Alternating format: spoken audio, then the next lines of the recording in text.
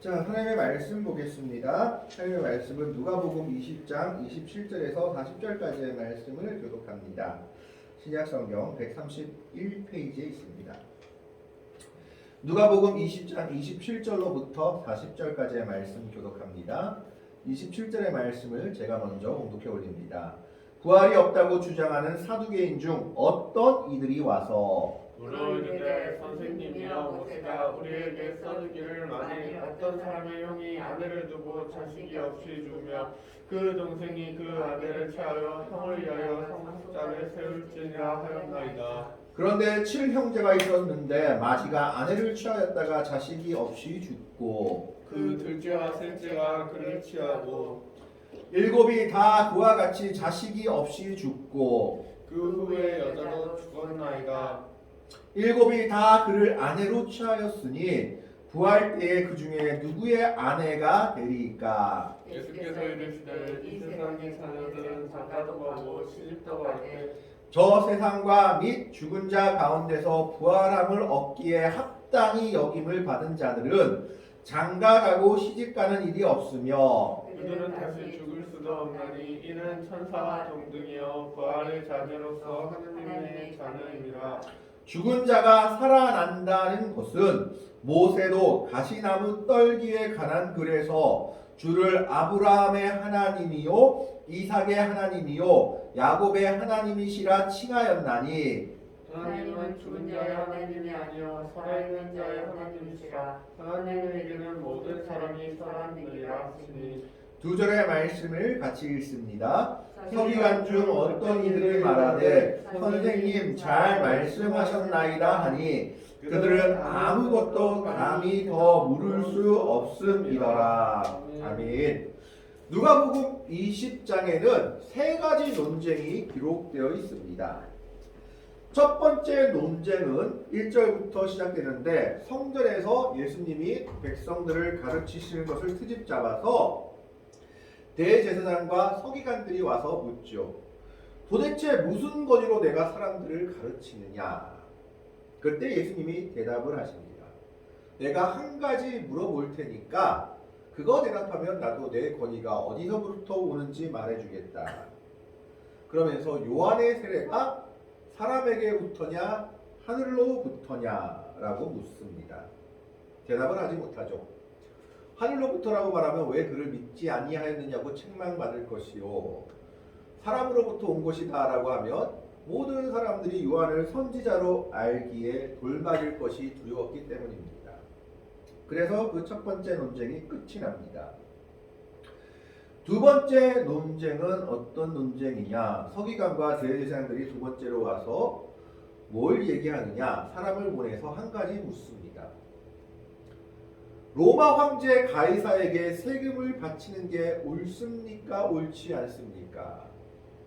옳다고 말하면 민족의 반역자가 되는 것이요 옳지 않다고 말하면 로마의 반역자가 되어서 죽임을 당하거나 옥에 갇힐 수 있는 그런 질문을 합니다. 이때 예수님이 데나리온 하나를 가지고 여기에 누가 그려져 있느냐를 물으시고 가이사의 것은 가이사에게 하나님 것은 하나님에게 바치라라고 대답을 하셔서 그 논쟁이 끝납니다. 그리고 마지막으로 논쟁하는 게 오늘 본문의 내용입니다. 이것을 부활 논쟁이라고 합니다. 이 부활 논쟁은 사두개인들과 벌인 논쟁입니다. 27절의 말씀에 보면 부활이 없다고 주장하는 사두개인 중 어떤 이들이 와서라고 기록하고 있죠. 부활이 없다고 주장하는 어떤 이들, 사두개인들은 어떤 사람들이냐 하면 솔로몬 시대, 다윗 시대 때 그들을 끝까지 따랐던 사독 제사장의 후손들을 사두개인들이라고 합니다. 그래서 이 사람들은 제사장 가문들입니다. 그런데 로마 시대 때 로마 황제나 로마 지배층과 결탁을 해서 자기들의 제사장 자리를 보존하던 현실주의자들이었습니다.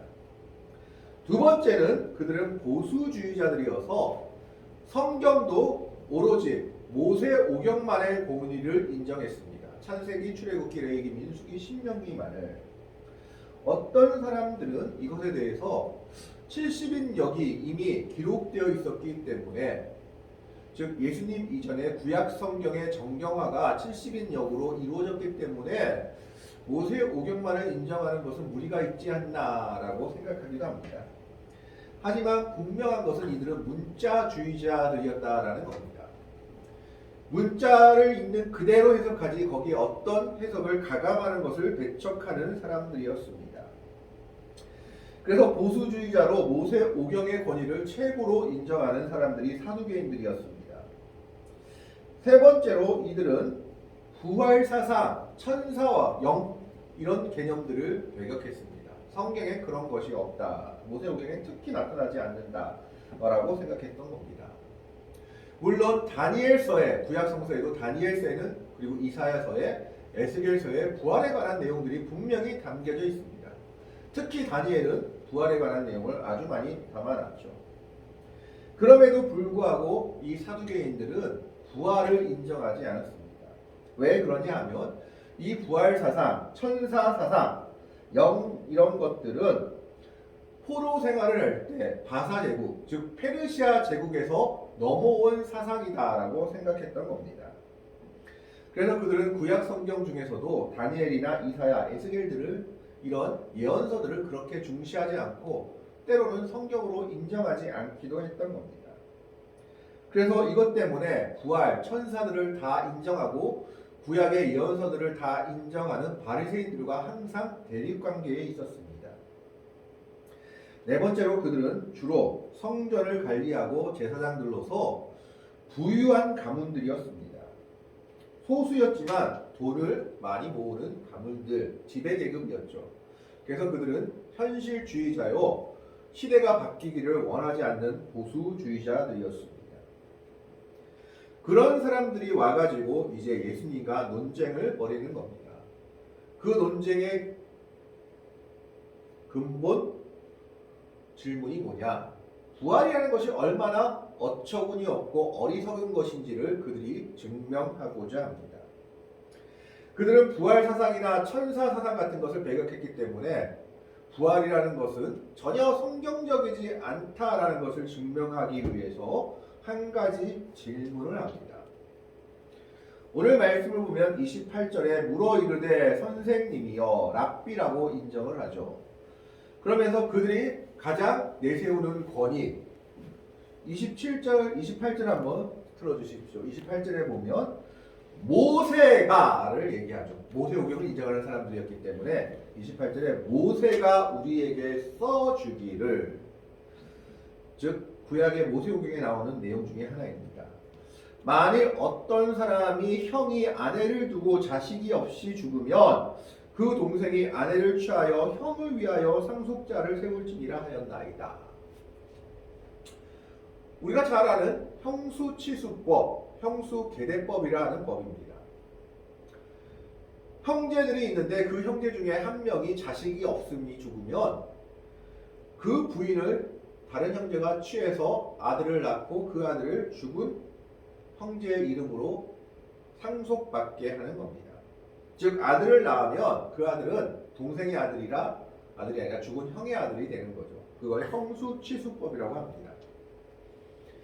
대를 잇기 위해서, 그리고 또 하나님께서 주신 땅, 기업을 잇기 위해서 이런 법이 생겨졌던 겁니다.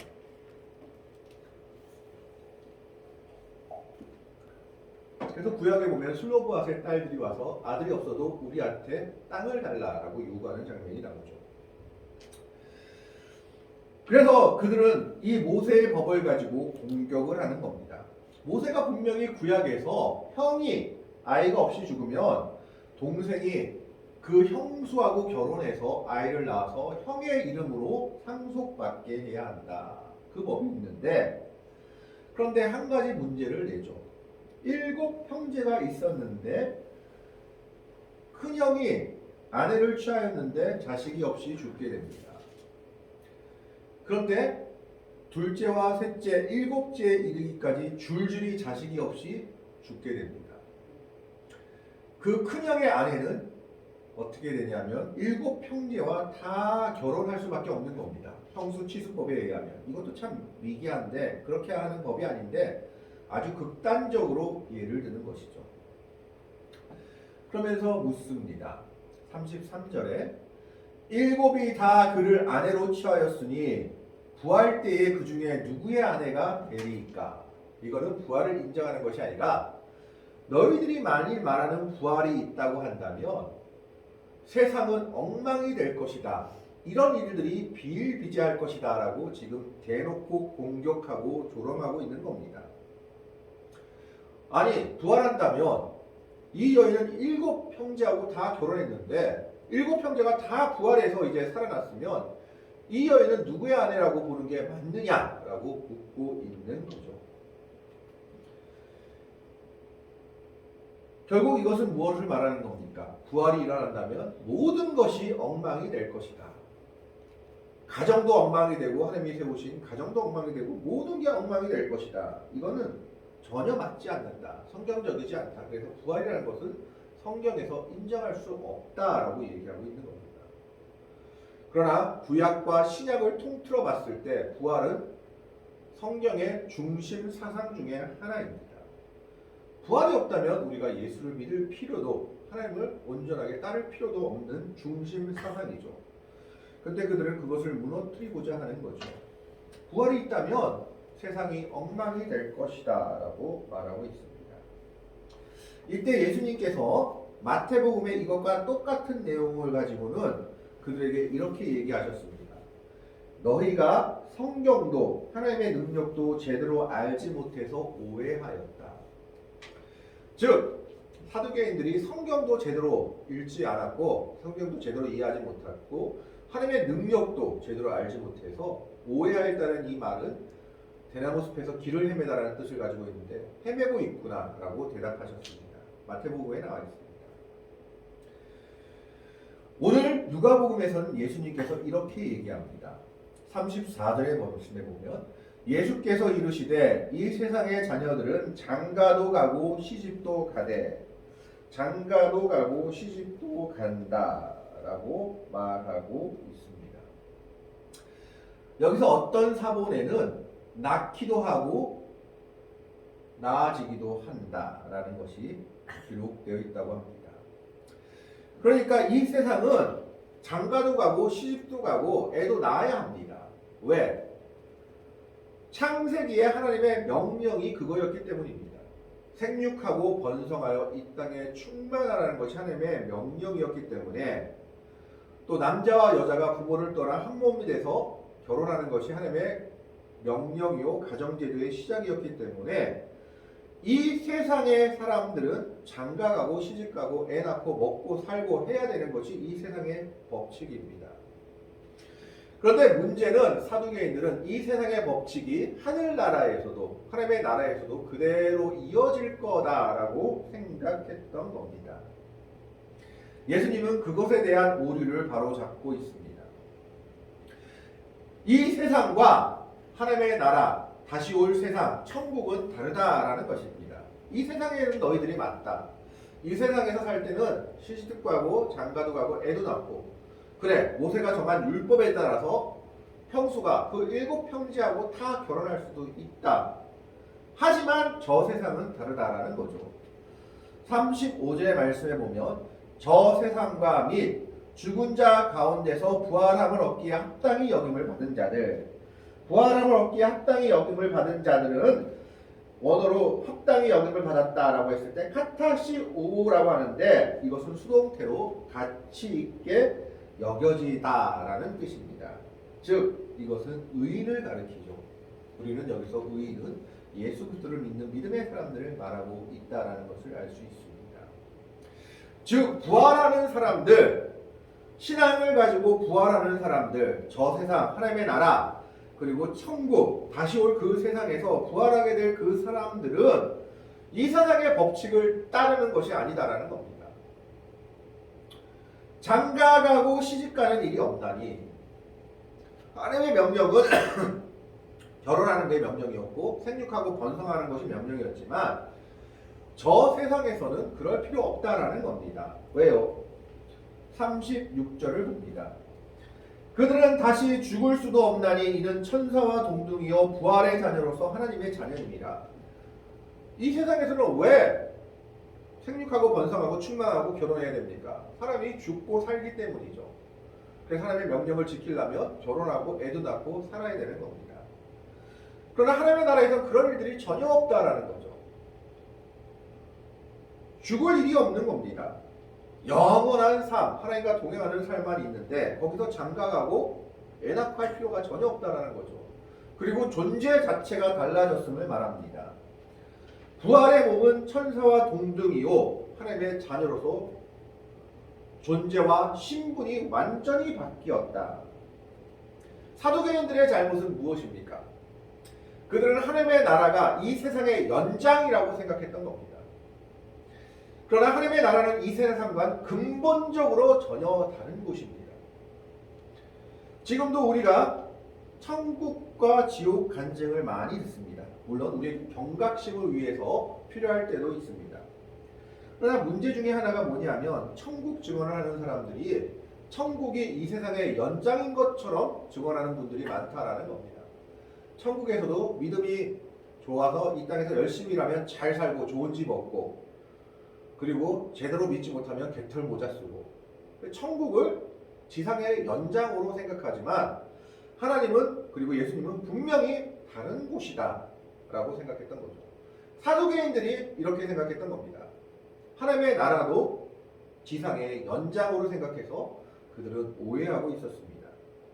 이때 예수님께서 뭐라고 얘기합니까? 완전히 다른 곳임을 얘기합니다. 그리고 부활하는 자녀들은 신분도 다르고 그리고 몸 자체, 존재 자체가 달라진다라는 겁니다. 그 존재는 천사와 동등이요 부활의 자녀로서 하나님의 자녀가 될 것이다. 그러니까 시집도 안 가고 장가도 안 가는데 누구의 아내가 무슨 중요하다라는 겁니까? 가족 관계라는 것은 이 땅에 있을 때의 가족 관계지 하나님의 나라에서는 하나님의 자녀로서 부활의 영적 존재로서 천사와 동등이라는 것은 천사와 똑같다는 것이 아니라 천사보다 더 높다라는 뜻을 갖고 있습니다. 히브리서에서는 천사가 우리를 섬기기 위해 지음을 받았다라고 얘기하죠. 믿음의 백성들을 위해서.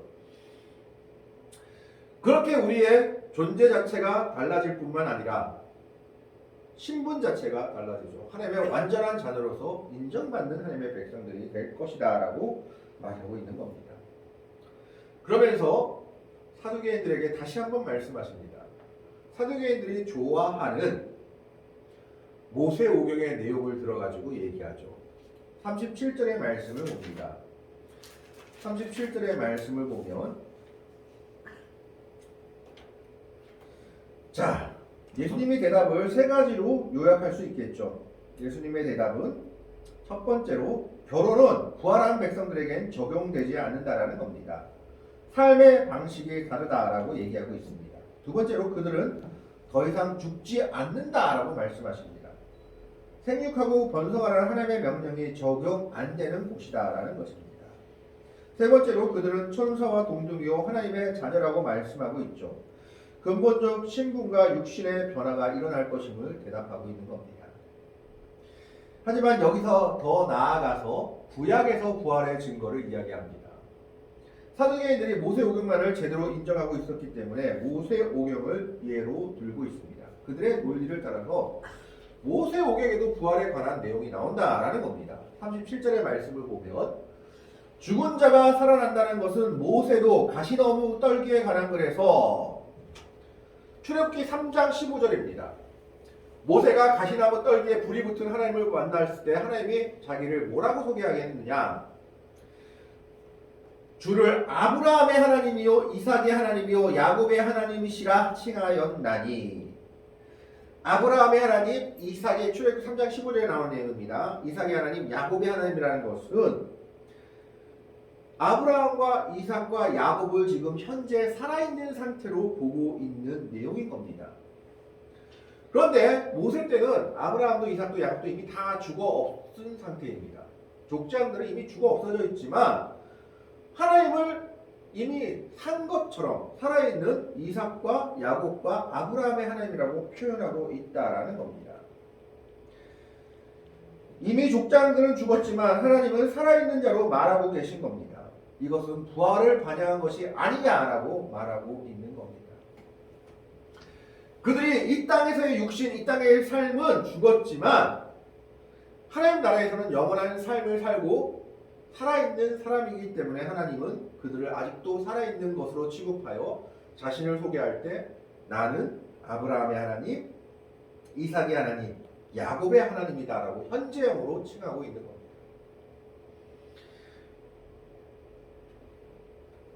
그러면서 38절에 예수님이 하나님은 죽은 자의 하나님이 아니요 살아있는 자의 하나님이시라.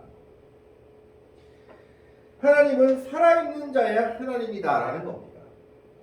과거에 죽어서 지내던 사람들, 그 사람들이 갖고 있던 신앙이 그들의 신앙이 아니라 지금 살아있는 자들의 하나님이시고 우리와 함께 동행하며 지금도 함께 역사하시는 하나님을 말하고 있습니다. 뿐만 아니라 하나님에게는 모든 사람이 살았느니라 하시니 이 모든 사람은 의인들을 가리킵니다. 우리도 믿음을 가지고 비록 이 땅에서 죽음을 맞아도 하나님의 나라에서 우리는 부활의 백성들이 될 것입니다. 그렇기 때문에 하나님께서는 모든 사람이 살아있다라고 얘기하고 있는 겁니다. 그래서 하나님은 자신을 증거하실 때 나는 아브라함의 하나님, 이삭의 하나님, 야곱의 하나님, 살아있는 자의 하나님이다 라고 말씀하고 있습니다. 너희가 그렇게 좋아하는 출애굽기 3장 15절 모세가 하나님을 만나는 장면에서 하나님이 이미 부활을 말하고 있지 않느냐, 그들을 살아있는 자라고 말하고 있지 않느냐라고 대답하고 있는 겁니다. 이 질문을 듣고 사두개인들은 더 이상 할 말이 없었습니다.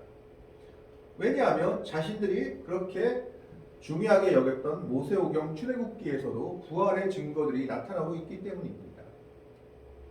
이 말을 듣고 39절에 보면 서기관 중 어떤 일들이 말하되 선생님 잘 말씀하셨나이다 하니 이건 아마 바리새인들이었을 걸로 추측을 합니다. 부활과 천사선언을 믿고 있었기 때문에 그들이 뭐라고 얘기했느냐, 잘했습니다. 속 시원하게 잘했습니다. 이런 말입니다. 안 그래도 우리도 그러고 싶었는데 선생님이 정말 대답을 너무 잘하신 겁니다. 성경을 예로 들어서 너무 잘 말씀하셨습니다 라고 얘기하고 있는 겁니다. 사두개인들은 감히 더 물을 수 없고 논쟁은 여기서 끝이 납니다. 여러분, 하나님은 살아있는 자의 하나님이십니다. 하나님은 모세에게 자신을 나타내실 때 나는 아브라함의 하나님, 이삭의 하나님, 야곱의 하나님으로 지금 너와 함께 있다. 그들은 아직도 살아있다라고 말하고 있는 것이죠. 이것이 우리의 신앙의 중심입니다. 예수 그리스도를 따라 우리는 부활 신앙을 가지고 살아가야 하는 것이 우리의 믿음이 되어야 할 겁니다. 그런 믿음을 가지고 우리는 주님 앞에, 하나님 앞에 서야 합니다. 하나님은 옛적에 계신 분이 아니라 살아있는 자와 함께 하시는 하나님입니다. 살아있는 우리들과 지금도 함께 하시며 우리들과 같이 동행하시며 우리들의 기도에 응답하며 우리들을 인도하며 이끌어가고 계신 하나님이십니다. 예수님이 말씀하신 것처럼 하나님은 죽은 자의 하나님이 아니요 살아있는 자의 하나님이신 겁니다. 그 하나님이 오늘 우리들의 하나님이요 살아있는 우리들과 함께 동행하는 하나님이십니다. 하나님은 살아있는 자의 하나님이시오 아브라함과 야곱과 이삭의 하나님이 오늘 나의 하나님이심을 믿고 고백하며 그 은혜 가운데 살며 동행할 수 있는 살아있는 자의 하나님을 믿음으로 고백하며 나아가는 복되고 아름다운 성도들이 되시기를 주님의 이름으로 간절히 축원합니다. 기도하겠습니다. 하나님, 오늘은 사두개인들과의 논쟁